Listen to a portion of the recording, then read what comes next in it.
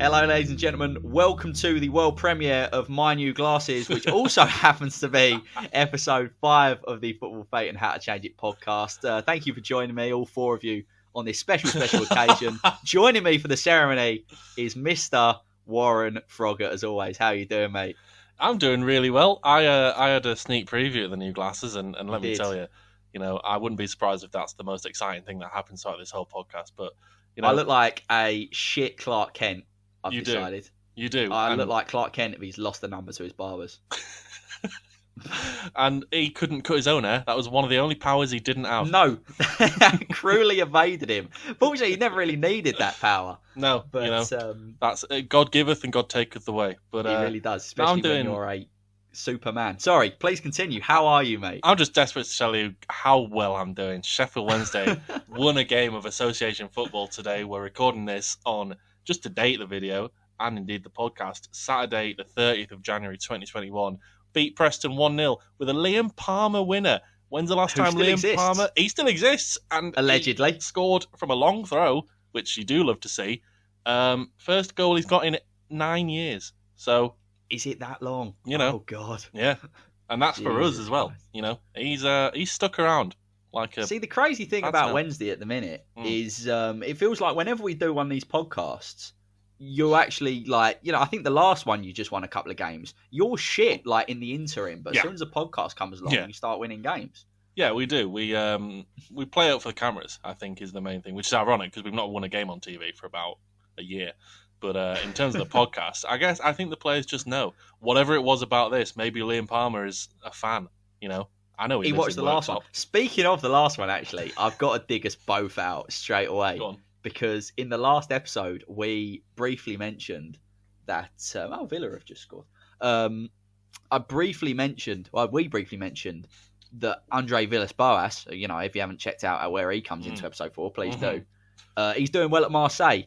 I don't know if you saw today that there were riots outside the training ground. And so the load of their ultras turned up wanting the heads of the owner, Dimi Payet and Tovan. Wow. And they just stormed the session, stormed training, or the training ground, or whatever it was, because the results had been so shit. And Villas-Boas was interviewed him midweek, being like, I probably won't be here come the summer. They need a rebuild. So we've said that he's doing well at Marseille. Yeah.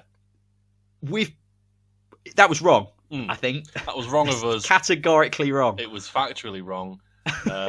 Tim can sympathise with any group of supporters that have a passionate hatred for Dimitri Payet after all. I really can. I went on Twitter because I wanted to find out more about it, and I was translating.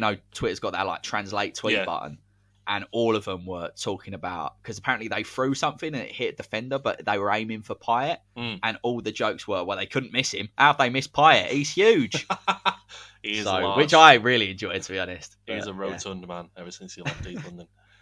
But, anyway, we've been talking, mate. I'm going to let you tell the people what today's episode is, because we haven't done that yet. Absolutely, and to be honest, I think it's the first time that we'll have a title for an episode, and it's a slightly lesser known sliding doors moment. I think it is, yeah. But it is very interesting. interesting. You support a certain team. Unless you support a certain team. I believe this was, just before I get into what it was, very quickly, this was not recommended to you, was it? Our first fan submission. Shout out Ed Joss. I don't know if he's listening. He might have stopped by now. But shout out Ed Joss. He said, do this one, Tim. So I was like, all right, Ed. And now we're doing it. Well, what Ed had in mind was this. It was a Champions League round of 16 tie. The second leg was the game in which the sliding doors moment happened. Arsenal were playing Barcelona. The second leg was at the Nou Camp. Arsenal were 2-1 up after the first leg, but obviously they then had to go to Spain, try and hang on, try and get through. The game was poised very nicely at 1-0 at Barcelona on the night this was. And about midway through the second half, Robin van Persie gets put through on goal, only for the offside flag to go up. And, that's fairly innocuous. I'm gonna jut in. At this point, it was 1-1, wasn't it?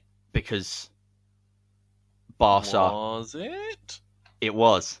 Oh, it was. Yeah. It was Good. Even more nicely poised because it was 1-1 at the time. Goal. There's the away goal. There's the away goal, yeah. So it was 1-1 at the time. So Arsenal were going through as it stood. Yeah, you're right, because they were going through at the time. I'm dumb. Yeah. Anyway, Robin van Persie gets put through on goal, right? The offside flag goes up, the whistle goes, and Robin van Persie does what, basically every striker from, in every level of football in England does, and he has a shot anyway. Incidentally, it was actually off target, but when the whistle had gone, flag had gone up, Robin van Persie kicked the ball at goal. The referee, in his infinite wisdom, saw this as unsportsmanlike, and he showed Van Persie a yellow card. And to make matters worse, this was Van Persie's second yellow card of the game. Second of the night. Second on the night, and he got sent off for basically doing nothing wrong. It wasn't foul play. If you were a stickler for the rules, as all referees are, never hugged as a child, you might send him off. But he got sent off, and subsequently, Arsenal went on to lose the game and lose the tie and go out of the competition. So that's the tall tale that we're telling today. Is exactly this. What would have happened if Van Persie had not been sent off for no reason against Barcelona in the 2011 Champions League round of 16? And, Tim, you're kicking us off, mate. I am kicking us off, yeah. It's we're all talking about how good Wednesday are, but West Ham, at the time of recording, have won 6 games on the bounce, which I don't think... So they have. I remember us doing 7 in about 2006. Oh, the but we're playing Liverpool tomorrow, so we're not going to get 7. But, I'm going to take this opportunity to go first, because, if I can't go first now, when am I ever going to go first? Fire away, mate. I want to know. So, I'm going to do it. Yeah, I'm excited. I'm going to kick off. And let me tell you one thing, Frog. God, my notes look sharp. They look crisp. They look really crisp today. Do you know what? I was actually going to say this. I said this to you before. I can't remember the name of the thing that's wrong with my eyes, because my vision's actually quite good, but it's the thing where your eyes are like rugby balls rather than footballs. And I can't remember the name of it. I can't remember this genuine affliction that I've got. But I could, most of the people involved in this tall tale, I could probably tell you what foot they are. But an actual affliction that affects my eyesight. Couldn't tell you the name of it. I'm a little bit disappointed that you never went for the Edgar Davids goggles look. I think that's something that you should let me tell you, if we could still play football at the moment and COVID weren't a thing, then I'd be donning the Edgars. And technically, I only need them when I'm looking at a screen, but I might just don the Edgars anyway. Well, yeah. But anyway, I'm going to kick us off, mate. I'm going to kick us off because we've done quite a bit of preamble, and I'm excited to tall tale for you. So, Warren Frog, I'm going to start my clock. Actually, no, I'm not. I'm going to tease for you, and then I'm going to start my clock. Okay? So, this is how Robin van Persie being sent off at the Nou Camp in 2011 led to a lot of red cards, still, a story of red and white limbs, the failures of the Great British Postal Service, a Champions League being won in Switzerland, a big cliffhanger, and the quiet sanctity of a wine bar in the centre of Lisbon. Okay, right, we're going to get going. So you've set the scene lovely with almost lovely when I fucked up the score. As you always do. Well, I do it. So the scene's been set nicely with 55 minutes and 4 seconds into this second leg at the Camp Nou, and like I say, or like you said, Van Persie, about 1 second before this had been flagged offside. He smacks one, goes wide. Nothing really too crazy about it, but at the time, 35 minutes left, so just over, about 40-odd minutes to hang on. Arsenal 1-0 on the night, winning on aggregate. And, they've got their away goal, which at the Nou Camp is not easy to do. And the one thing that I just want to bring up before we go any further is you mentioned the 2-1 in the first leg. It's very underrated Arshavin limbs. Andre Arshavin. When there's not many Arsenal limbs that I can think of, but it's like the Arshavin goal against Barcelona and Welbeck against Leicester are like the two that I think of. Tell you what, as well, it was a cracking. It's a cracking name to shout in commentary. The YouTube video that I watched for the highlights, that it was just called Arshavin with about 6 eyes. Yeah, no, it's class. I think it was Martin Tyler. I think I watched the same one. But anyway, like I say, on the night, Messi put Barcelona 1-0 up with, controversially, maybe my favourite Messi goal of all time. It's the one where he just really beautifully, delicately just lobs it over Almunia as he's coming out, and then just it's beautiful. Anyway, but just 2 minutes before the red card, which doesn't happen, Busquets decided to plant one in his own net. So the red card, which is more than a little suspicious, only comes 2 minutes after Arsenal get their away goal, which to me makes it even more suspicious, because Barcelona are pretty much in control. But But yeah, so I'm going to say the referee's not a total lemon, and he just waves for offside, and they carry on. But the Barcelona players, they're complaining. Seems a bit weird. They're asking for another yellow card, but it's innocuous. Having said that, the first yellow card, which is a little hand around the face of Dani Alves in the first half, they also wanted the straight red for that. So it's just it's enough to raise some eyebrows. They're Barcelona lads. They're at it again. They're asking for a red. But anyway, that the moment passes. But what you've got to remember about this team, even at 11v11, is arguably this is the best Barcelona, or this is the best team I've seen in my lifetime. Yeah.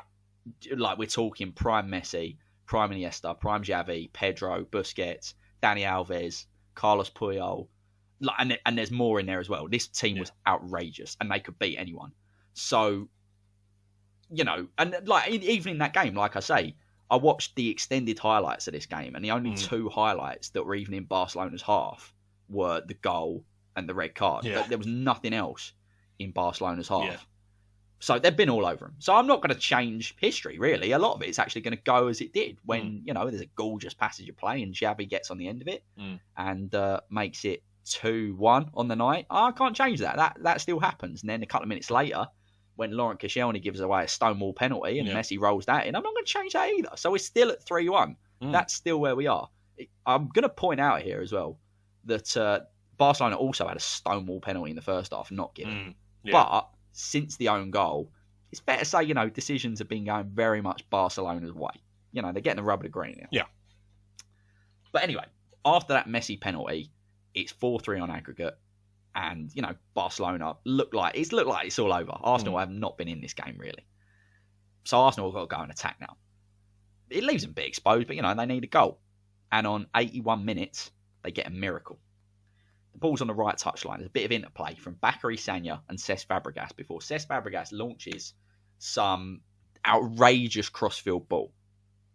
Robin Van Persie's over the kind of left side of the box, and he peels off Eric Abidal, and the ball is dropping beautifully on Robin Van Persie's left foot.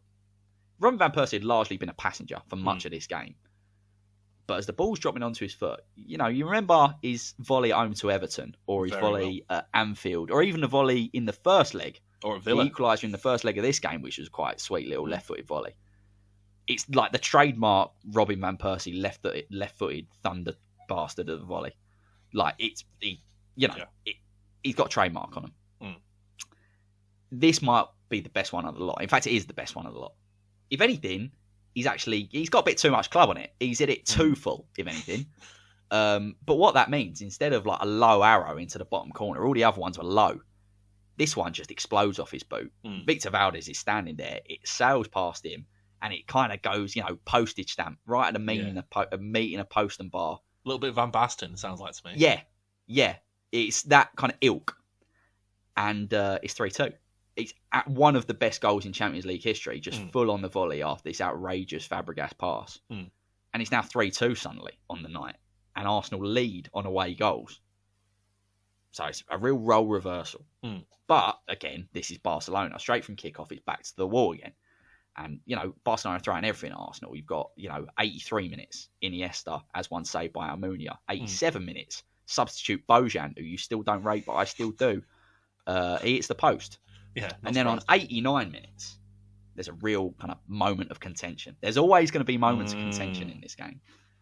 Barcelona are trying to work the ball back in the area. It's kind of panic stations. They're just trying to get the ball back in the area. Yeah. Mascherano's got the ball, and he tries to work it across to Eric Abidal for one big punt into the box. But he fucks it up, essentially.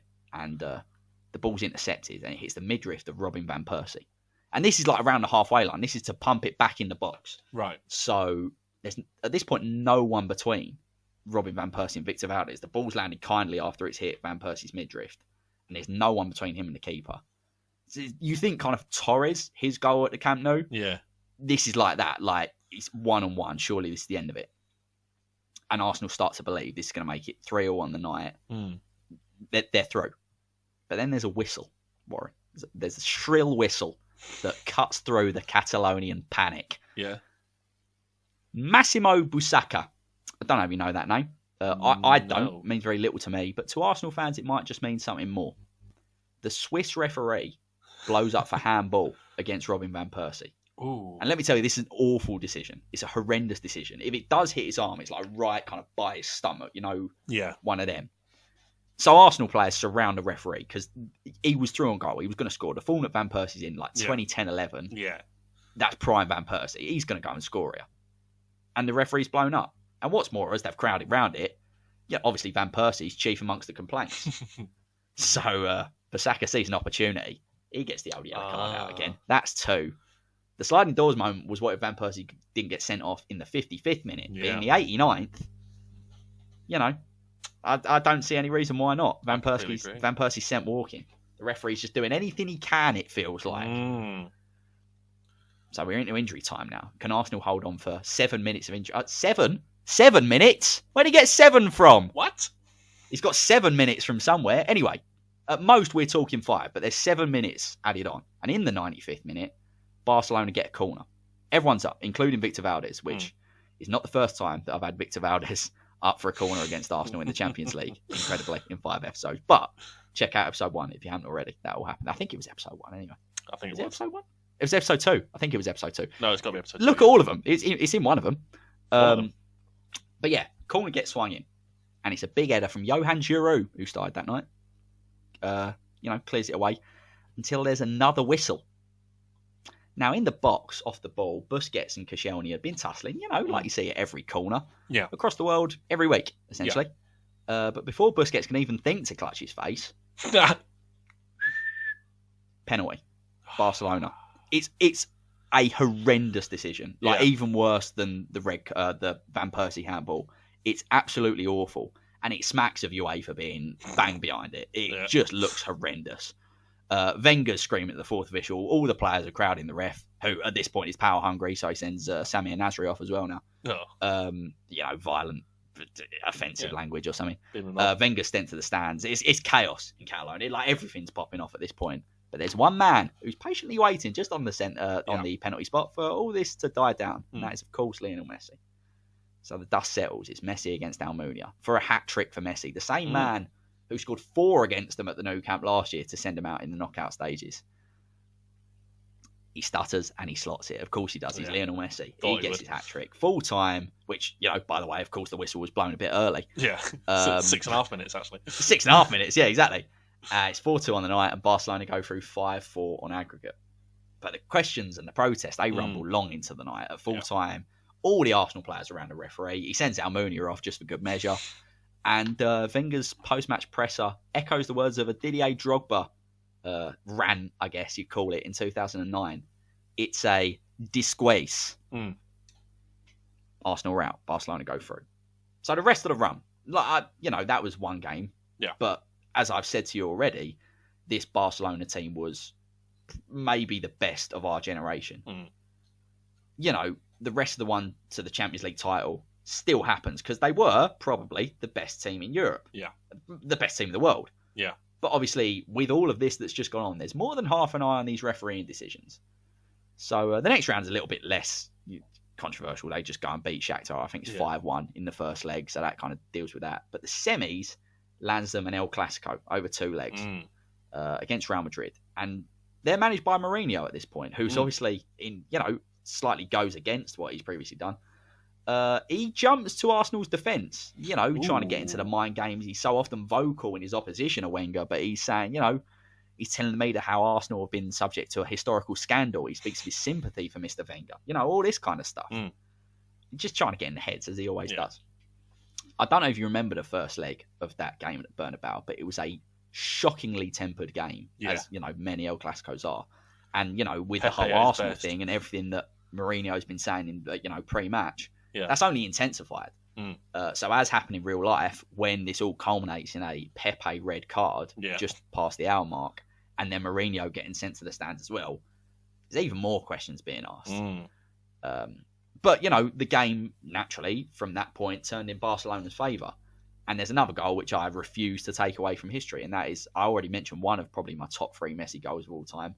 This would also be in there as well. His second on the night, where he just picks the ball up on about the halfway line, just goes through the middle of the Bernabeu. The whole team is gorgeous. And for that, Warren, I'm actually going to cut to you quickly, because I think I know the answer, but I want to ask you anyway. What is your favourite Lionel Messi goal of all time? Oh, well, it is a good question. I'll give you my honourable mentions very quickly. I've got to be honest. It's free kick against Liverpool. That was like, it goes under the radar because they think of that. Exactly, because no one remembers it. Because obviously that was Liverpool's tie in the end, but that was an outrageous free kick. Watched that in a bar in Leeds and lost my head on my own. But I think my number one is his goal against Bayern Munich, where he sits down Boateng, and it's sort of in one fluid motion. He sits down Boateng, literally, and then chips the ball over 6'6" Neuer without meaning he meant looking like he meant to do it. It's fantastic. I'd say that one. Yeah, that I knew you'd say that one. The only other one is like the Getafe one, where he you got the Getafe one, you got the Bilbao one. There's a lot, to be honest. His first El Clasico goal is pretty mental. There's a lot. Yeah, there's a lot of them. Anyway, if anyone bothers to watch this, stick it down. What's your favourite Messi goal? Yeah, absolutely. Because it says how good he is that you can literally have that conversation. Yeah. You can't do like, what was your favourite Enner Valencia goal, can you? But anyway, Barcelona win that game 2-0, obviously. At the Bernabeu, 2 away goals. They're very much in the driving seat, and they come back to the Camp Nou and they draw 1-1 to put them through to the final at Wembley. I will just point out here that, of course, Gonzalo Higuain had a goal disallowed at 0-0 in that second leg, which was more than a bit dodgy too, in my opinion. But anyway, the final at Wembley, despite all this chicanery and all this shite, this Barcelona team is outrageous. Yeah, and so most of this final they were they were so much better than Man United, and they finish up 3-0 winners. Why not 3-1 like in real life? Because apparently, from what I read, Rooney's goal was marginally offside. Ryan Giggs was marginally offside in the build-up, so naturally the fix is in. That goal gets ruled out, and because it was only 1-0 at the time, so you can't risk that. No.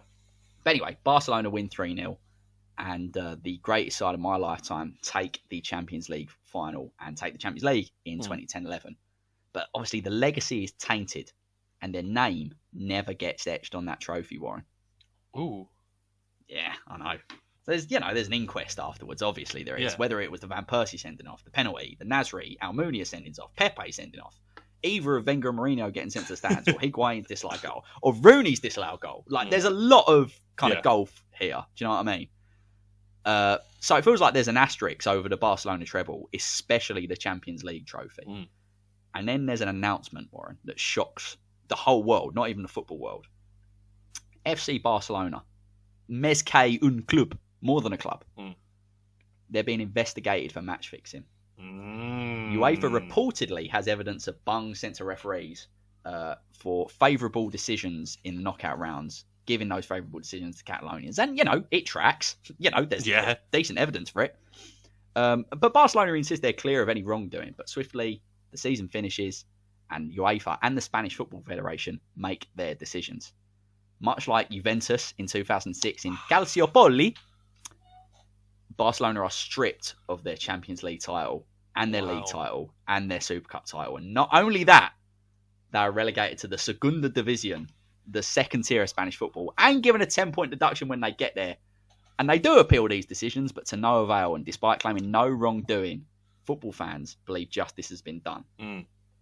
Quick side note, because I love a quick side note fact in these tall tales. So Syria is obviously completely unaffected by all of this, but I've just mentioned Calciopoli, which apparently stands for Football Gate. Means Football Gate. I didn't know it meant that. That's brilliant. Football Gate, apparently. So the year that Juventus were down in Serie B was 2006-07. Yes. The penultimate year of this tall tale will be 2012-13. And the top two in Serie B in 2006-07 was the same top two as in Serie A in 2012-13, which I think is crazy. In 6 years, the top two from the second tier then become the top two from the first tier. I think that's mental. That is mental. That would be like, from last year, that would be, what? Leeds and West Brom being top two in 6 years. But anyway. Thankfully not. That's all. Back to the matter at hand. So it's a quick summary. Barcelona are now in the second tier. Sevilla were therefore handed the Super Cup instead. Oh, brilliant. Mourinho's Real Madrid were given the La Liga title, which naturally Mourinho did not shirk any kind of, this isn't a proper trophy. And Manchester United were awarded their 4th European Cup in a boardroom in Nyon, Switzerland, which is obviously UEFA's headquarters. Nice. And that is where the Champions League being won in Switzerland comes in. But that's also where the Royal Mail come in. Because Sir Alex Ferguson's medal somehow gets lost in the post, I'm assuming, by an opportunistic postman who, feels something medal-like in the post. And he whips it home with him. But Fergie refuses to chase it up. And he says in the media, a Champions League title won in the boardroom has not been won at all. Ooh, Fergie. So, that's that. Anyway, 2011-12, I'm only going to focus on 2 competitions this season. Okay.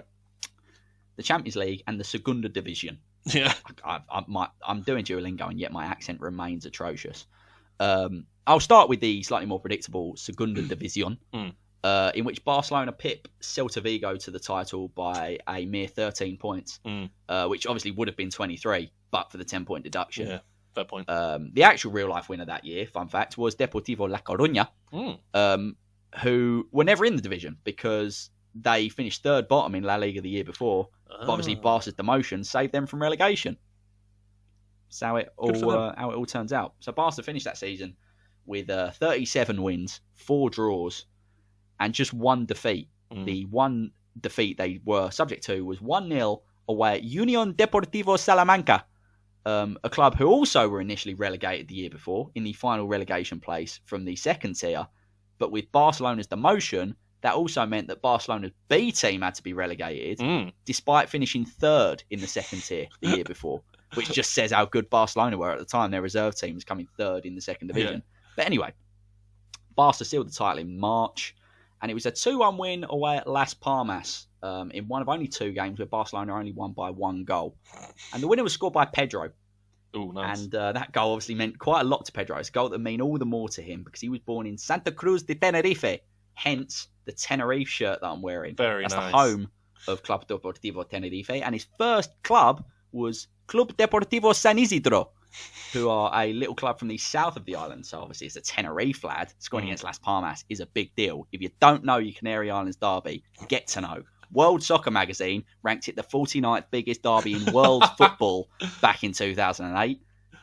Not my words. Just the words of not World my Soccer words, Magazine. The words of World Soccer Magazine. Are they just deliberately trying to be niche and hipster? Yeah, probably. But we're gonna say that it is the 49th biggest derby in the world. In the whole earth. The whole wide world. Anyway, so there's a couple of other impacts on that I'll just touch on for the Segunda Division. Yeah. So most of Barcelona's team stayed, like a lot of the Juve boys did, especially because Barcelona's so kind of jam-packed full of Barcelona Academy products, Yeah. so it's a lot bigger of a thing. So like Messi stays, Xavi stays, Iniesta stays, Piqué, Pedro, Busquets, they all stay. And plus they really feel like, there's been horrible wrongdoing against them. Like they insist that they are completely innocent in all of this. The only major departure is David Villa, who actually joins Manchester City instead of Sergio Aguero that year. Ooh. And it's David Villa that scores the famous winner against QPR to win Man City the league. Aguero, on the other hand, would stay at Atletico for another year before then joining his mate Messi at Barcelona 1 year later. I guess the replacement for Villa. So Aguero ends up at the Camp Nou, but after that season. But speaking of Messi, obviously Aguero's mate, he takes the golden boot in the 2nd tier with 61 league goals, which is well over a goal a game. And that means that he marginally pips the initial winner of the award that year, Leonardo Ulloa, who notched 28 goals for Almeria that year. So just beating him by the odd 33. Oh, God, Jesus, man. I have to do maths for my job as well. That's a really worrying prospect, isn't it? Anyway, the Champions League. I'm going to move on to the Champions League. I'm going to take you straight to the round of 16, where it's full time at the San Siro. And it's just finished AC Milan 4, Arsenal 0. Not good. No. Arsenal were out to avenge last year's scandal, but that result was really kind of put a spanner in the works. But I don't know if you remember that second leg, Warren. I'm going to transport you to half-time at the Emirates. It's currently 3-0 to Arsenal. Yeah.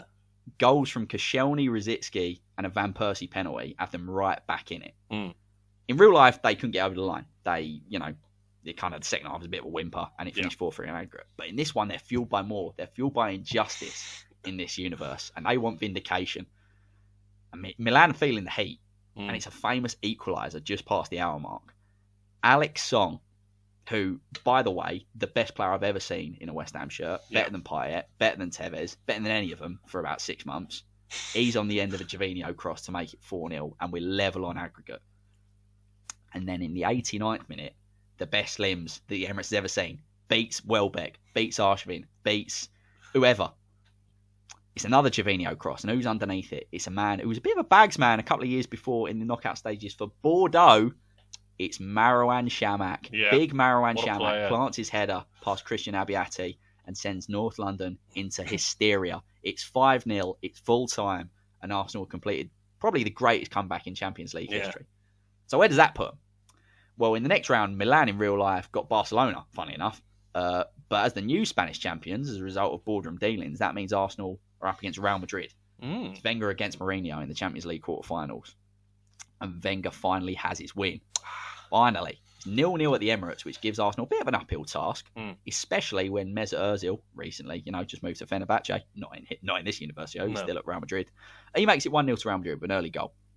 But even though Real Madrid kind of dominate, they don't make Arsenal pay. And in the 81st minute, the same minute Van Persie scored at the Camp Nou the year before, Arsenal get an equaliser. And who's the scorer?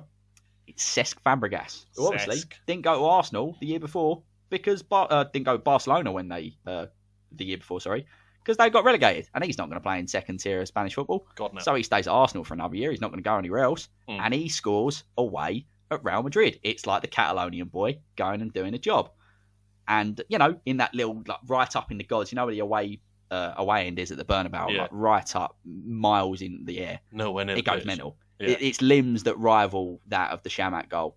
Oof. And then they're repeated again at full time. It's 1-0 on aggregate. Arsenal win on away goals.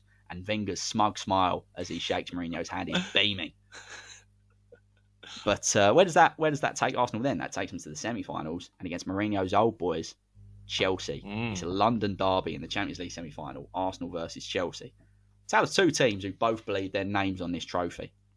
Arsenal, what we've already touched on, they're fueled by vindication. They've had an unbelievable comeback and they've beaten Mourinho. But this is the year that Chelsea actually won it in real life. And they had, their name written on the trophy for the whole thing as well. I mean, they had to beat Valencia in the final match day of the group stage to qualify at all for the knockout rounds. They had to come back from a 3-1 defeat in the first leg at Napoli in the last 16, end up winning 4-1, which would have been the comeback of the round if it weren't for Arsenal doing their whole thing against Milan. And then it was an injury time clincher against Benfica in the last game that got them through to the semi. So, they feel like they're star-crossed as well. These are two star-crossed teams now. But at the semi-final stage, at this point in time, if we're talking about fate and star-crossings and stuff like that, it's Arsenal. It's Arsenal that had their name on the title more. Most of Chelsea's luck came in that semi-final against Barcelona and then in the final. At this point in time, Arsenal are the team that have got their name in the trophy. So Arsenal win the first leg at Stamford Bridge 1-0. A goal from Van Persie, who loved the goal at Stamford Bridge. I think it was that very season he scored a hat-trick in the 5-3, which I've always remembered. Which, I don't know, that seems iconic to me, that hat-trick. And then it comes back to the Emirates. It looks like Chelsea are going to break some hearts. Drogba, as he always does, scores on 35 minutes, makes it 1-0. And then that man, Fernando Torres, scores just 8 minutes later, and it's 2-0 at Chelsea. They've got 2 away goals, and you think, here we go. But in first half injury time, again, this is all pretty much the exact same as what happened to Chelsea in Barcelona. It was Ramirez that gave Chelsea hope then. Obviously, Brazilian. Who's the only Brazilian in Arsenal's squad? Do you want to have a guess? It's not Andre Santos, is it? It is. It's Andre Santos. That's great knowledge from you. Andre Santos makes it 2-1 to give Arsenal hope. But it's still 2 on aggregate. Chelsea are leading on away goals. They're planning their trip to Munich. It's in injury time, second half injury time. But Arsenal work some space, and there's inexplicably the ball works its way through to a player who's one-on-one in red against Petr Cech. He takes it around the keeper. The Emirates is stunned. The player in question rolls it home, and the ground explodes. You think Arshavin, you think Welbeck, you think Fabregas, you think Chamakh, you think all of them. Combined, this is maybe better than all of them. And who scored the goal to make it 3-2, put Arsenal into the Champions League final? Current manager, Mikel Arteta. Yes. Of course it is. Big Mick. But, and then the final, I'm hardly even going to touch on, because when it comes to this year's Champions League, it was all to do with fate. The only difference is that, the stars have aligned in red and white, except for blue and white. Everything breaks Arsenal's way at the Allianz, absolutely everything. Even when Thomas Muller puts Bayern 1-0 up, it's Van Persie rather than Drogba who scores the late header to take it to extra time. And when it comes to the penalty shootout, it's Van Persie that rolls in the winning penalty. There's nothing I can do to change that. I can just change the colours. Two number 11s. So it's Arsenal that reap the benefits. Their first Champions League title, and Chelsea's wait goes on. So the tall tale's nearly over, which is good because I'm nearly at half an hour. But there's just a couple of things that I'm going to touch on. And obviously we've got to get the big cliffhanger as well. So 2012-13, there's only really 2 points of note. Barcelona are back in the big time, and as fated, they win the league with 100 points, sealed with a 4-2 win over Real Betis. Very nice. Meanwhile, in the Champions League, Chelsea not winning the Champions League actually means that they don't qualify for the Champions League at all, because they finished sixth the last year. So it's Tottenham who get into the Champions League, and they do go further than Chelsea did, but they are eventually beaten by Dortmund in the last 16. Arsenal also knocked out in the last 16 to Bayern. They nearly did another comeback. They win 2-0. That was the other one where they took 2 years in a row. They nearly did the comeback against AC Milan, didn't. And then the next year, they lost the home leg against Bayern 3-1 and then won 2-0 in Munich. And obviously, in this universe, that's where they won the Champions League the year before as well. But Bayern get their revenge, and it's them too. It's Dortmund and Bayern at Wembley, where Barcelona had allegedly won it 2 years earlier, and Bayern win. That's the only two things to cover there. And that brings me to the final season. Only one competition. There's only one thing that I want to talk about. There's only one thing Barcelona want to talk about, and that's the Champions League. And they've got revenge on their minds. They beat Manchester City in the last 16. So this gets them to the last 8, where they play Atletico de Madrid. And in real life, I think it was a 1-1 draw in the first leg, and Atletico win 1-0 at the Calderon to go through. In this universe, that goes the other way. And the scorer is former Atleti hero, Sergio Aguero. Of course it is. Always going to happen. So he puts them through to the semis, which draws Barcelona against Chelsea. And Chelsea's wait goes on. All the fates they could have maybe drawn on in the fixture against Barcelona, Arsenal used up the year before. So Barcelona win both legs 2-0, and that brings them to the final in Lisbon. And who else is it going to be? It's Real Madrid looking for La Decima in the first ever El Clasico Champions League final. Stakes are high. And it's a heavyweight battle, this one. Huge game, heavyweight battle. Sergio Ramos puts Real Madrid 1-0 up before Aguero, which he's now part of an all-Argentinian AUM front three, or OM front three, and he levels it up at the break. 1-1 at half-time. And then the U of that front three looks like he might have won it for Barcelona. I'm trying to figure out who it is. It's 2-1 with 15 minutes left. I don't think you'll guess, but I'll give you one guess who the U is, Argentinian U, that makes it 2-1 to Barcelona. U. Is it a second? It's a surname, yeah. The U is a surname, yeah. No, I can't get it. You didn't think that Barcelona, you didn't think that Ajoa's 28 goals at Almeria would go unnoticed, did you? Surely not. 28 goals in the Segunda División? That don't go unnoticed. Oh, for God's sake. It's Leonardo Ajoa that makes it 2-1 to Barcelona with 15 minutes left. But then with 5 minutes left, we're back to square one. Ronaldo lands a jab. It's 2-2. But then in the 92nd minute, there's a knockout blow, Warren. The ball set back to the edge of the box. And who's waiting there? It's the M of the front three. Lionel Messi, in the 92nd minute, steals La Decima from Real Madrid. And I know you remember it because I was sat in our front room with you watching it, and we both celebrated like our own team had scored. That iconic celebration from Lionel Messi at the Bernabeu, where he takes off his shirt and he shows his shirt to the Bernabeu. Often imitated, never quite recaptured. Never matched. But this might be even more iconic. He does it in front of the Barcelona fans at the Estadio da Luz. He does the same thing, takes his shirt off. Instead of showing them the back of the shirt, he shows them the front of the shirt. It's one of the most iconic photos in footballing history. And the statement is deafening.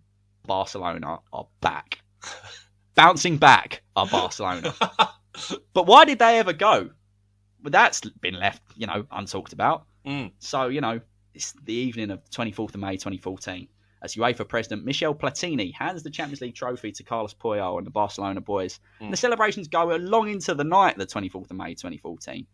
Platini sits in a plush wine bar in central Lisbon with FIFA president Sepp Blatter, who are both famously squeaky clean organisations. Yeah. Allegedly. We don't want to get sued. So Barcelona have won a Champions League, got relegated, come back, won a league, and now they've won another Champions League. And the publicity and attention that this story is garnered has gripped the footballing world, gripped the world at large, just as Platini and Blatter planned it all along. Worldwide media still brandish Barcelona, who plead innocence to this day, to be the most unpopular winners in Champions League history, while Platini and Blatter order another bottle of the house red and give each other a wry smile. We did it. We did it, Sepp. Do Barca ever clear their name? Does Johnny Law ever catch up with Blatter and Platini for that? Or are there any of their other numerous doubles of corruption, allegedly? Allegedly. Russia and Qatar, anyone? Just asking the question. Allegedly asking the question. Allegedly. But anyway, I will let the fans decide. And that is the end of my tall tale. That's fantastic. I didn't expect a sort of film noir aspect to sort of creep in, but I'm a big fan of it. I could really imagine that just being a scene in black and white and just like the ending sort of orchestral, like wah, wah, as it like, it's like the end really question mark. You know them films which kind of end where there's kind of like no music, it's just like black and white, and it's just kind of really unsettling. And I mean, Sepp Blatter's unsettling to look at the best of times. Yeah. Nothing alleged about that. That's true. Yeah, that is categorically true. But yeah, I was happy to create some real controversy. That's in this excellent. One. That's probably the most. I mean, when I was thinking about the direction that this could go in, that never once, and it's a credit to you. Do you know what? That never crossed my mind. I didn't know. When I was writing it, I was like, this could go one of two ways. This could be like really obvious from the start that this is what's happened. Yeah. Or you just won't see it coming, and then I'll drop it. And your panties will fall down. My panties are on the floor. They're on the floor, mate. As they so often are. As they so often are, to be fair. But that was excellent. I sincerely enjoyed that. Well done. Thank you very much, mate. It would be a good one to do a sequel on. We've been sort of debating the possibility further down the line of some sequel tall tales. To pick it up from where last if we're going to do any sequels so far, I think that one's the most set up for it with the big cliffhanger. Real strong contender. Maybe. I mean, what happened anyway? I think didn't they get raided somewhere in Switzerland at some point? Yeah, it's like the FBI came from, didn't they? Yeah, brilliant, absolutely brilliant. But open up, boys. Knock knock. Who's there? Anyone in? Anyway, enough of that corruption, mate. I want to hear your take on things. Which, do you know what I'd absolutely love? Is if yours is, if anything, more corrupt. And your feign of like shock has really just been to kind of set the scene for yours. Oh, there's a lot of twists. You got to keep up. Mine isn't so corrupt, but it is in aspects very fraudulent. Okay. I'll tease you a little bit. That's true. Oh God, are they involved? I'm going to tease you a little bit. This is a story. This tall tale. It's a story about refereeing wrongs being righted, obviously, in the initial. But, we'll see where that goes. It's two world-class players battling it out to be the best. There's a golden period for clubs in the capital. It's a story about assists being better than goals. And there's a couple of rounds of trivia sprinkled in this one for you as well as we go along. I love that. I love an interactive section. It is interactive. And it's a real look at the extent of Gary Neville's vocal range as well. Brilliant. That Twitter thread recently would have been so different in your universe, I assume. Absolutely. But we're going to start off really by the Champions League game itself. And first of all, I'm going to acknowledge in my own tall tale, it's a horrendous decision by the referee. Yeah. And I think I understand why. It's not because he was on UEFA's payroll. He was wearing a white top when he was officiating the game. He was wearing a white top. So I'm not surprised that he was even more incompetent than your average ref, because that is just, it makes me sick. That's tantamount to fucking treason. Lunacy and treason. But let me tell you, I'm going to rotate the board just a little bit. Please do. And the sliding doors moment of my tall tale is not specifically whether or not the ref sends off Van Persie for no reason. Actually, the sliding doors moment of my tall tale is this, is the referee a complete moron? And I'm going to say that in my tall tale, the referee isn't horrendously incompetent. And we're going to see how that would affect things from the very start of the game and not just from the 54th minute. I was going to say, is this sliding doors moment going to be from the start of the game or from his childhood in countryside Switzerland? Given that we have to limit this to 30 minutes, I'm going to very briefly touch on his child. No, it's going to be from the start of the game. As you very correctly pointed out, on the 32nd minute, way before the Van Persie incident, Barcelona have a stonewall penalty decision turned out. For those of you who haven't seen the highlights, it's Lionel Messi, of course, on the ball. Gael Clichy trips him as Lionel Messi knocks the ball past him. Messi goes down, it's in the box, the referee's 2 yards away. For some reason, he doesn't give it. It's a ludicrous decision. Shocking. But in this tall tale, the referee is actually competent, so he gives it. So even before the red card decision, whilst the game is still 0-0 on the night, on 31 minutes, Barcelona get given the opportunity to take the lead from the spot. And it's Messi himself who steps up, and of course is a delightful Panenka this time. Of course it is. Barcelona are now 1-0 up in the first half. It's 2-2 on aggregate. Barcelona get the second goal as well. Right at the start of the second half, Messi again, that little lift over Almunia for the volley, aesthetic stuff. 2-0. Looks like game, set, and match. Until 52 minutes, of course, as was fated, Nasri sticks the ball in from a corner. Sergio Busquets gets his big Swede on it, only to misdirect it into his own net. It's now 2-1 to the home side. The current scoreline mirroring the result of the last tie means that it's all level. And that means that psychologically, in my opinion, and I think in the opinion of a lot of people, it is slightly advantage Arsenal at this point. You know, any goal for them with away goals is sort of worth 2.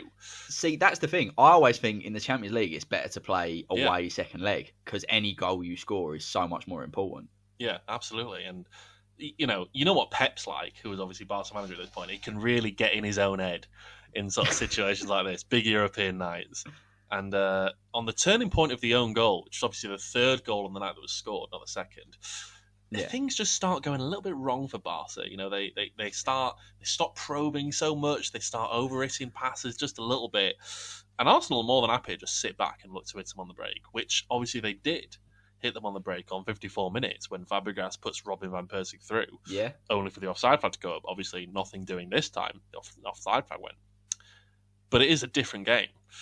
Barcelona have been rocked, and obviously, you know, Van Persie doesn't get sent off for kicking the ball in the net because the ref is incompetent. But it's a different game. Barcelona have been rocked a little bit. And if you had one criticism of this Pep Barcelona team, it's that they really only had one way of playing, which was possession, as we both know. But Arsenal were holding firm enough against it. Barca don't get their penalty in this universe on the 70th minute because they're just struggling to get in the box. They're just struggling to create coherent attacks. Yeah. And on 88 minutes, just as extra time is looming, Jack Wilshere picks up the ball after another Barcelona attack breaks down. He sort of picks up the ball on the edge of his own box. He dribbles past the press of both Xavi and then Sergio Busquets. He looks up and he sees Robin Van Persie peeling off the back of Eric Abidal 50 yards ahead of him. And the pass from Wilshere is absolutely exquisite. Van Persie's put through. The offside flag stays down. Huge. And as you very rightly pointed out, this is 2011 Van Persie we're talking about. It's another late goal in the tie as Van Persie slots it. It's now 2-2 on the night, 3-2 on aggregate. You don't even need away goals to figure this one out. Arsenal are going through to the out of the first knockout round against Barcelona through to the quarterfinals. It's pretty famous stuff for Arsenal. That's huge. And it means that Barcelona aren't winning the 2011 Champions League. So we move on to the rest of this season. Where do we go from here? Well, just to sort of tie up everything but the Champions League. Domestically, there's not much change for Arsenal. They still finish fourth naturally. Domestically for Barcelona, they still go on to win the league. But obviously Barcelona are out of the Champions League and Arsenal are in it, and that's where the big change is. Yeah. Arsenal go on to face Shakhtar Donetsk in the Champions League quarterfinals. They get 1-0 win in both legs. Goals from Koscielny at the Emirates and Jack Wilshere at the Donbass see Arsenal through to the Champions League semi-finals, where they play Real Madrid, who had just knocked out Tottenham actually in their quarterfinal tie. Oh, they had, didn't they? Yeah.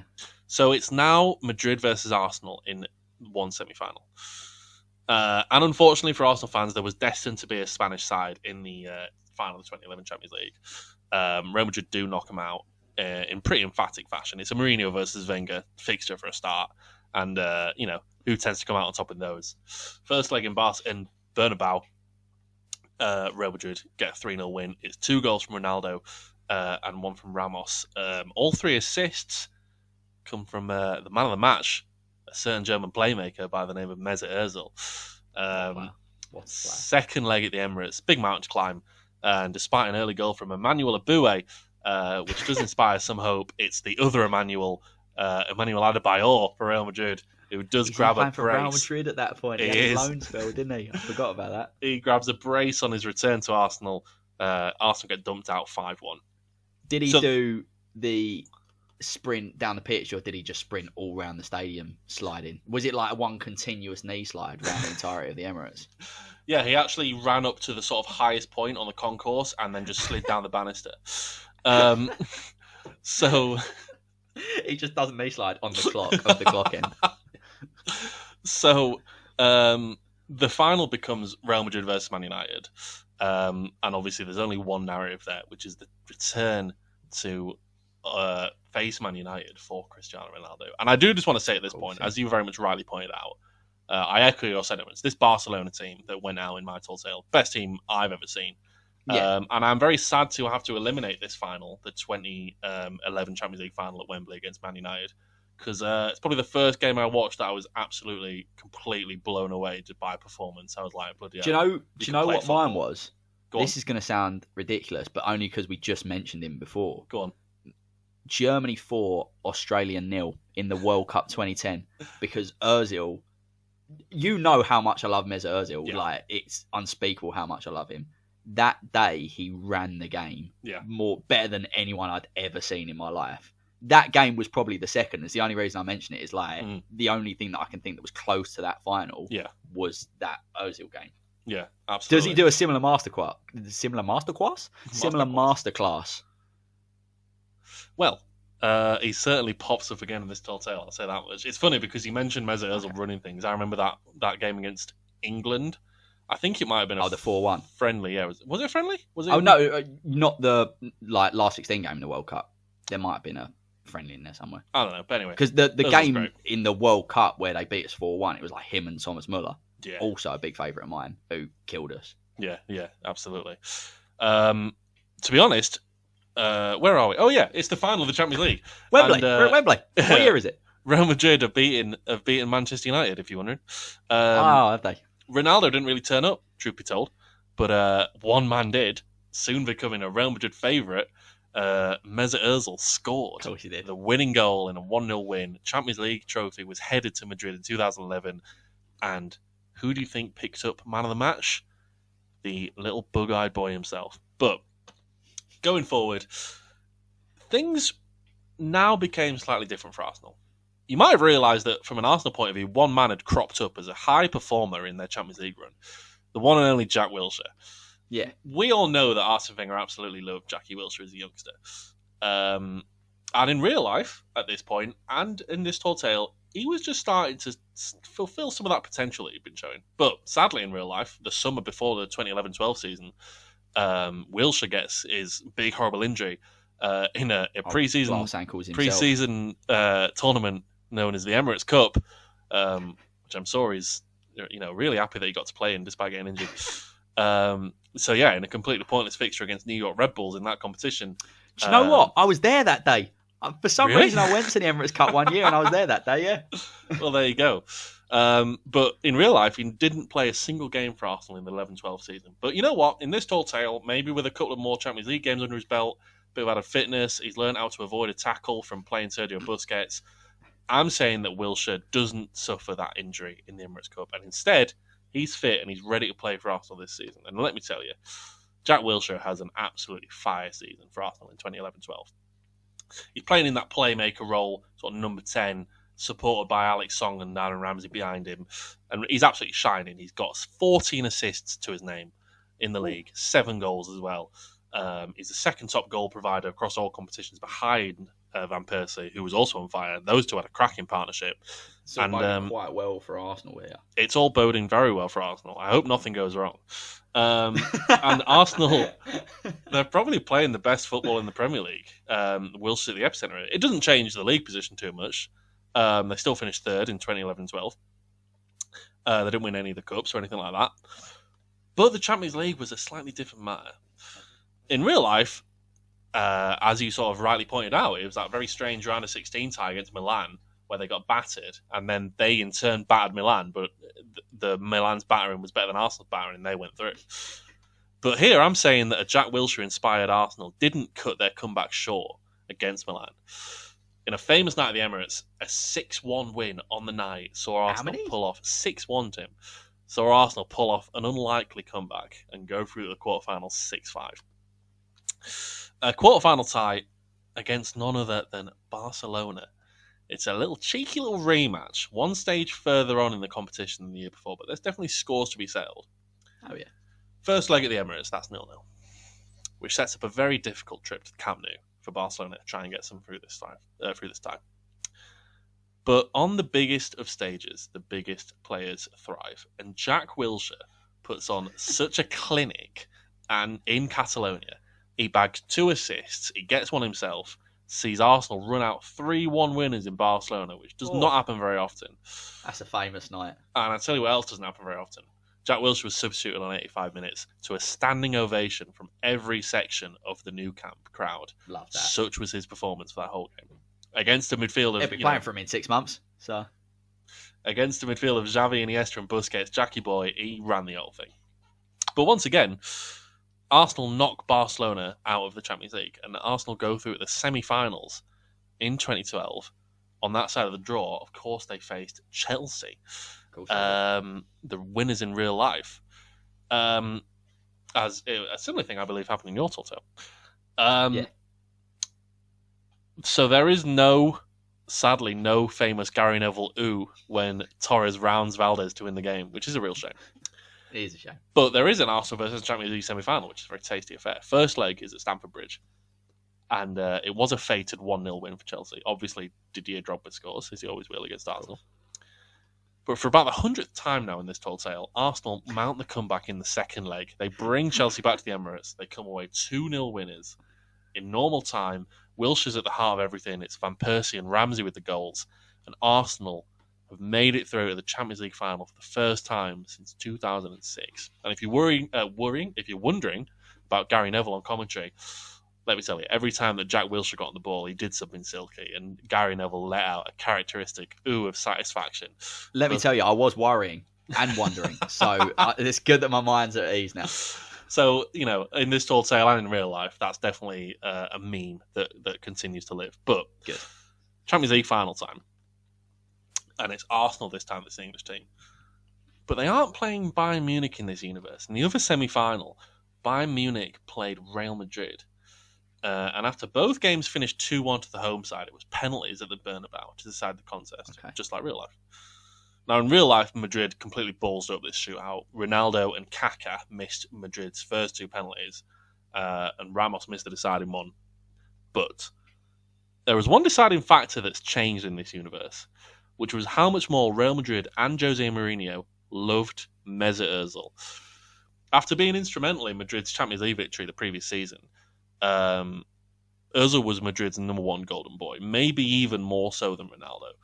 And Ozil absolutely shone for Madrid. He was top assister in Spain, like every year he was there, all that sort of thing. So deep into extra time, Jose had one last substitution.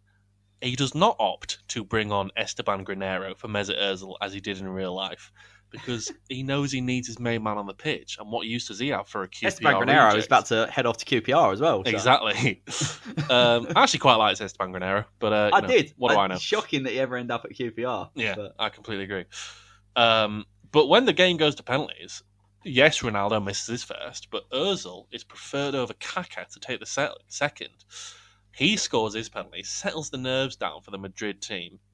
And Madrid end up winning the shootout after Holger Badstuber misses the decisive penalty in sudden death for Bayern Munich. There is a name. Rest in peace, Holger. So, thanks to Mesut Ozil, once again, Real Madrid are in a Champions League final. this time against another English club, but it's Arsenal. And it is another Mourinho-Wenger clash, which I seem to absolutely love in my tall tales. I think there's been a lot of them. There's one. Really been a lot of them. It's just vintage Barclays. It but really is. In the Champions League final this time, it goes down as one of the best Champions League finals of all time, basically. Brilliant. Real Madrid do win. I'm going to tell you that right now. But they run out 4-3 winners in normal time. It's one of those games where it's like 2-1 after 12 minutes and everyone's just been like, oh my God. It's one of them classic ones where you're like, you know what I mean? The old hand. What do you call that?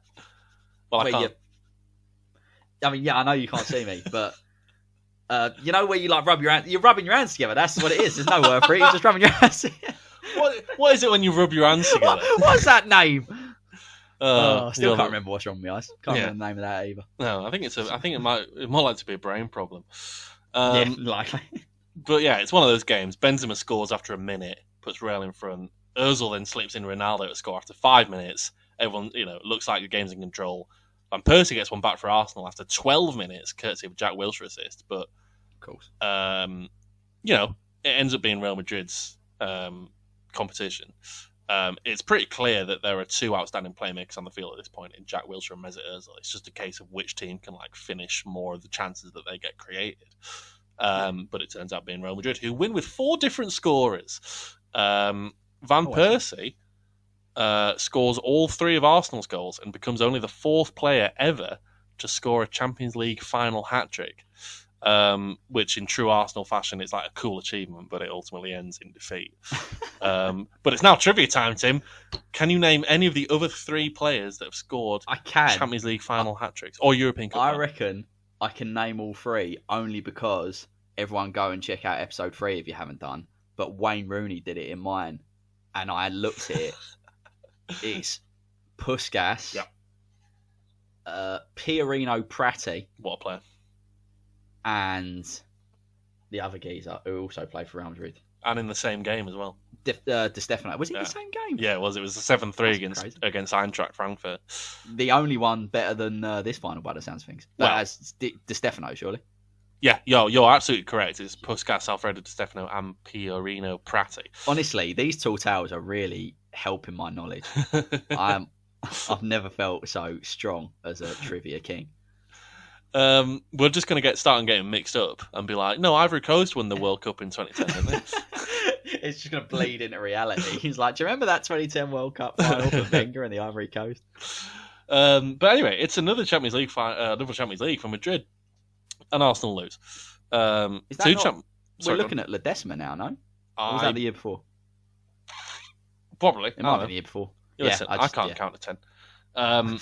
It's 2 Champions Leagues in a row as well for big Jose Mourinho, which is fairly impressive. And, Real Madrid even won La Liga. So everything's looking pretty rosy for Jose.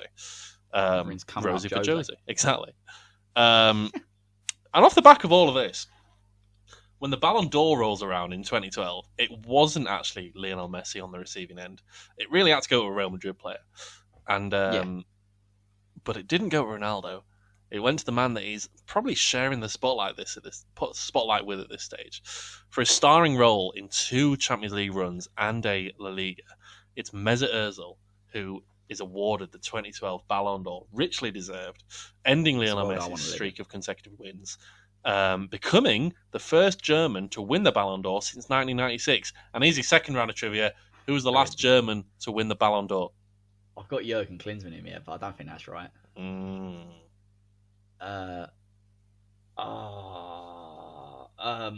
The geezer, the midfielder. I can't remember the geezer's name. It's going to really wind me up. You're going to have to tell me. Are you thinking of Lothar Matthäus? That's exactly what I was thinking. You'd be wrong. Lothar Matthäus did win a Ballon d'Or, but that was back in 1990.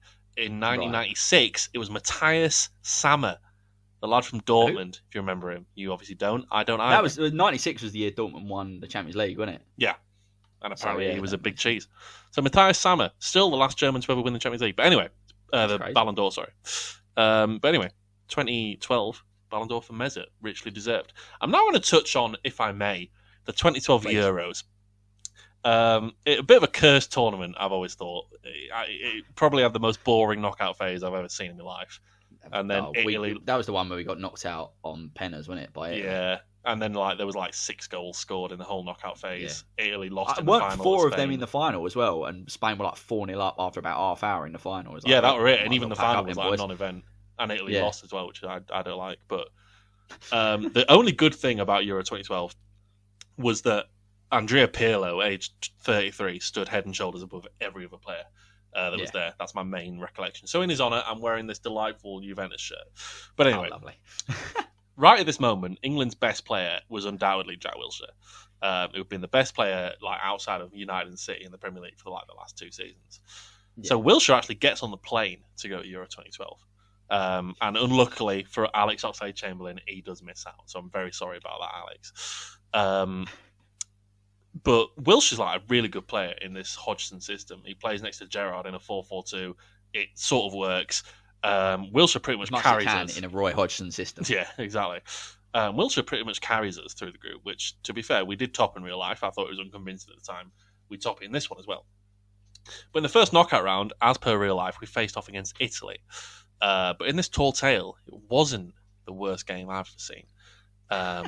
Courtesy of a Jack Wilshere goal, England go through 1-0 winners into the semi-final, where we play Germany. Cool. Soon to be Ballon d'Or winner Mesut Ozil faces off against Golden Boy Jack Wilshere for the second time. England strike first in the game. Danny Welbeck tap-in after a long-range effort from Steven Gerrard is parried by Neuer. England look like they're holding on. England look like they're... I thought it was still Italy, so I was like, Neuer? He's not Italian. England strike for... And to be fair, he wouldn't get in over Buffon anyway. No, absolutely not. England look like they're holding on. But as was fated, it's a 90 plus 2 minute penalty given away when Julian Lescott trips Mario Gomez in the box.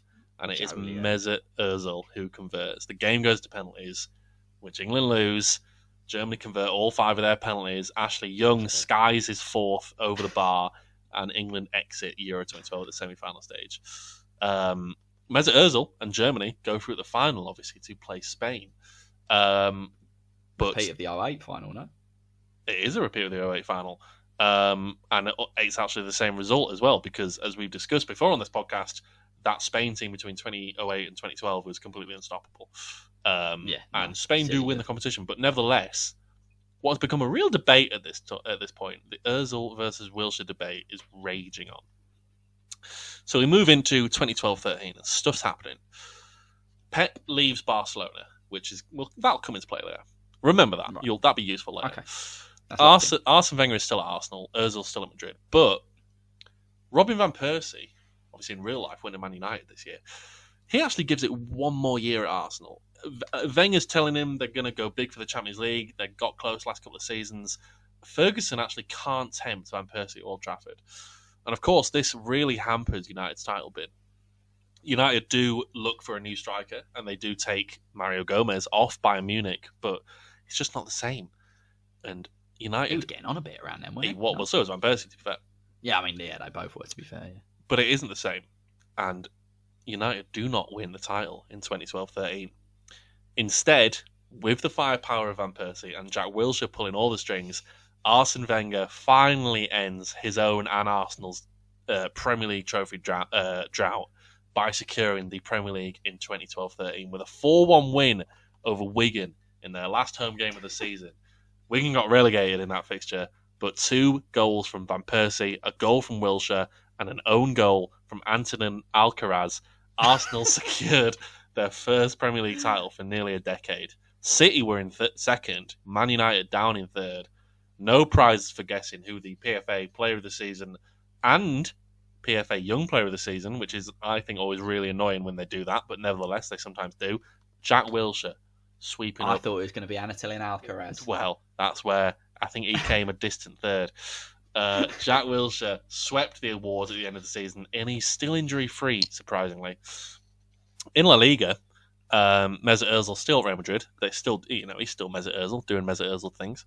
But it was Barcelona who won the league that year in La Liga because Messi scored 46 goals. So that's fair enough, really. Champions League wise, is a tad different. Obviously, Arsenal were looking to make it a double winning season, and Real Madrid are looking to retain the Champions League for a third time. Sadly, neither team managed that. Both Arsenal and Real Madrid, funnily enough, met the two finalists in real life at various stages of the competition. Bayern beat Arsenal in the round of 16, and Dortmund beat Real Madrid in the semi-final. That was the Lewandowski 4 goals in the semi, wasn't it? That was another one where that was another proper player. Time. Yeah. The one where he drags it back and I can't really describe it. That one goal where he drags it back and knocks it to the side and rifles it. That's huge. Matter that was 2013 and it's 2021 and he's literally still just as lethal. Still doing that. Yeah, exactly. It's crazy. But that was real life. We're not talking about real life. No, never. In the round of 16, Arsenal faced Bayern Munich, as I said. But rather than going out on a 3-3 on away goals they did in real life, in this tall tale, Arsenal do get the better of Bayern Munich in this one. They get a 2-2 draw at the Emirates. They come away. They get a 2-2 draw in the Allianz. They go back to the Emirates, get a 2-0 win, and they do go through to the quarterfinals, knocking eventual winners Bayern Munich out of the competition. Not the first time they've done that in this tall tale. Arsenal go on to face Juventus, funnily enough, second reason why I'm wearing this lovely shirt. In the quarterfinals, Arsenal beat Juventus. This sets up yet another Champions League tie in the semi-finals this time, Arsenal versus Barcelona. And this time, there's no messing about from Arsenal. They absolutely dispatched Barcelona over 2 legs, winning, just as Bayern Munich did, 4-0 and 3-0 in both legs. Another Jack Wilshere and Robin van Persie masterclass. Arsenal are in the Champions League final.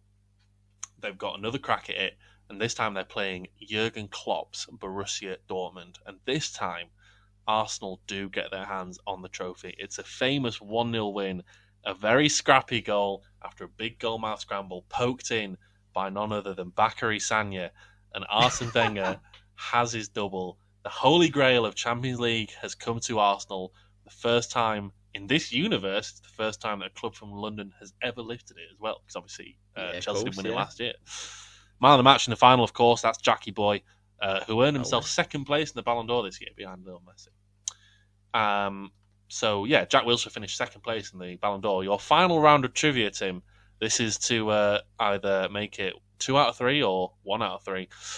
Who was the last English player to finish second in the Ballon d'Or list? And I can give you a clue if you want. Owen won it, didn't he? Yeah. It was since then. No, it was since then. Yeah. Rooney. That's incorrect. It was Frank Lampard back in 2005. Oh, yeah, I know. And Gerrard was in third, which I know you won't like. Was that 2005? Cannavaro?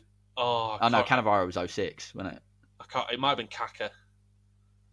Might not have been Kaka. I think it was 07. I don't know. I feel like my knowledge starts at Cannavaro. Should I Google it? I say my knowledge starts is like Cannavaro, Kaka, and then about 12 years of Messi and Ronaldo. Ronaldinho won it, apparently. Was it Ronaldinho? Yeah, there you go. Fair. But yeah, so you failed overall on the trivia, but hey, yeah, that was a poor showing for me, to be fair. So did you see how I was dropping in other facts to try and still make myself look smart? I even wore glasses to try and make myself look smart. I don't really need these. This is just for content and making myself look pretty. It's really backfired, but you have succeeded in that. So we're now into 2013-14. I'm going to wrap up this tall tale. There are some movements here. Arsene Wenger leaves Arsenal. He's basically left on the highest of highs. He's got his double. He's rightly lauded as a complete hero of the club, statue outside the Emirates, all that sort of thing. Of course. He was replaced by former Athletic Bilbao manager Ernesto Valverde, the guy that went to manage Barcelona for a bit and everyone hated him. Yeah. So Arsene Wenger's been replaced by a Spanish manager. We all know what happens when that, in real life. I won't go into detail, but I'm sure you can imagine for yourself. Car crash. Mourinho has also left Real Madrid, just like in real life. He's headed back to Chelsea. And Pep has found himself a new job as well in Bayern Munich, who in this universe were not European champions when he took over. And the two main men of this tall tale were also on the move. First of all, Jack Wilshere, he's 22 now, and every big club wanted a piece. Real Madrid, Barcelona were both desperate for him.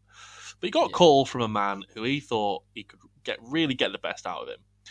Pep Guardiola at Bayern, who was obviously the manager when Wilshere put on the famous performance at the Nou Camp, resulting in a standing ovation from every Barcelona fan.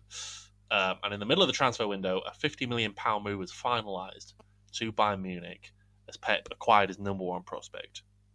So that leaves Arsenal without their number one playmaker. But this is 2013-14. Did they not sign Mesut Ozil as they did in real life?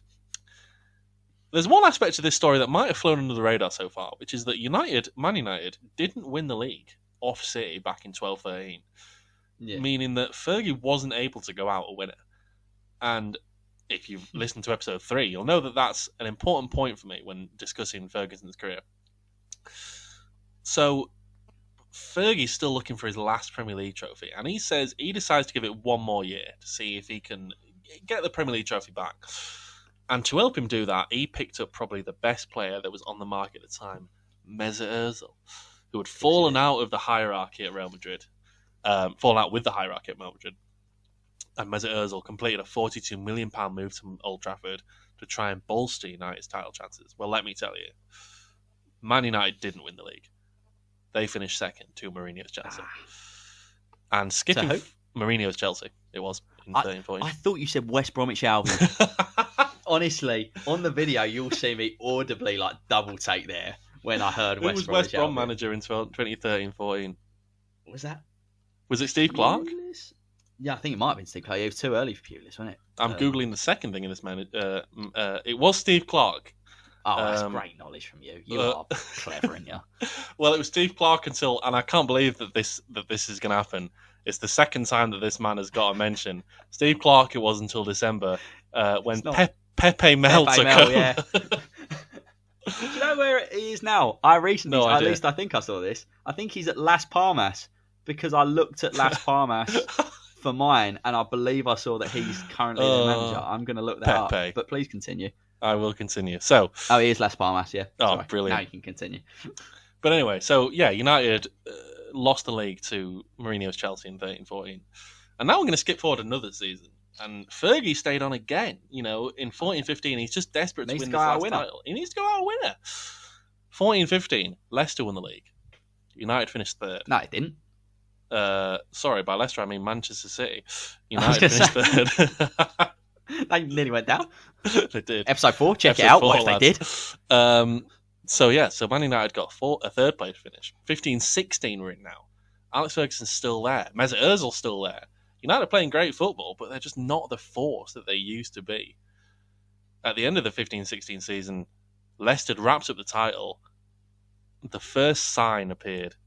A sign written on a piece of fabric, and it held a message that would soon appear more and more in many different places all over the country. Oh no! For the next 5 trophyless years for Manchester United until the change had to be made. The sign read, #Ferguson out. Let me tell you, Tim, the world is an unforgiving place. You either go out a hero, like Wenger did, or you stick around long enough to see yourself become the villain in this tall tale like Alex Ferguson did. And that is what would have happened if Robin van Persie had not been sent off against Barcelona for no reason. But wait there. Okay, I'm waiting. I'm holding. I've moved to the edge of my seat. There's one loose end yet to be tied up. I reckon I could finish this off in a couple of minutes. The loose end that we've got to tie up is, of course, the 2014 World Cup. You love a World Cup. I bloody love a World Cup. 2014 in Brazil. Decent World Cup, this one. Not the best, not the worst. Not bad. No, not 2010, but good. Not 2010. Definitely not 2018, but, you know. No, absolutely not.